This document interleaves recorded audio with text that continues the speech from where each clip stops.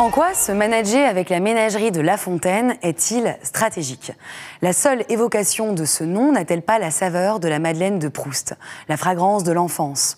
On en retient le plus souvent le caractère divertissant et moral, l'idée d'un bien ou d'un mal, d'un plus valeureux, la tortue, le corbeau, la fourmi, d'un plus méprisable aussi, le lièvre, le renard, la cigale. Une fonction éducative dont Jean-Jacques Rousseau, dans Émile, dénonçait le cynisme et le caractère inadapté au caractère des enfants. Or, en grandissant, parce que nous sommes moins sujets à prendre les choses à argent comptant, à trancher entre noir ou blanc, nous voilà fin prêts à les relire, à les comprendre, mais surtout à en apprendre. Je me sers d'animaux pour instruire les hommes, soutenait La Fontaine, engagés, critiques, audacieux. Son projet ne pouvait donc être qu'ambitieux. En ce sens, je me demande si le sens de sa démarche ne résidait pas moins dans les réponses que ses morales apportaient que dans les questions qu'elle nous invite à nous poser.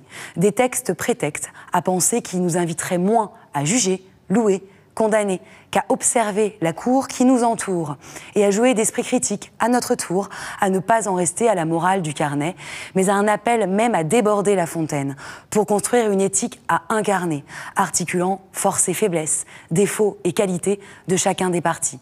Travailler sans fantaisie comme la fourmi? Non merci. Profiter et taxer comme la cigale? Non aussi.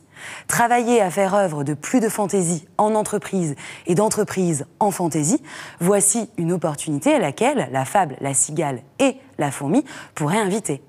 J'insiste sur le « et » car il figure dans chacun des titres des fables de La Fontaine. Or, comme on en est resté pour la plupart à notre souvenir d'enfant, on retient l'aspect moralisant, la disjonction, l'idée qu'il faudrait être l'un ou l'autre plutôt que la dimension éthique à construire entre l'un et l'autre.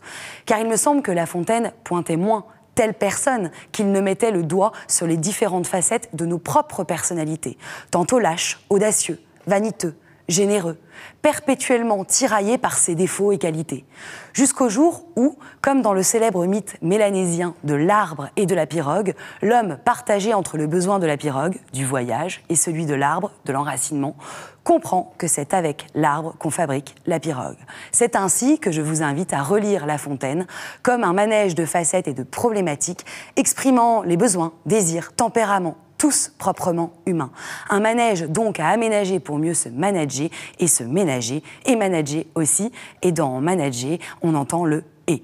Ainsi est mon éthique de conduite. Relire La Fontaine, c'est grandir.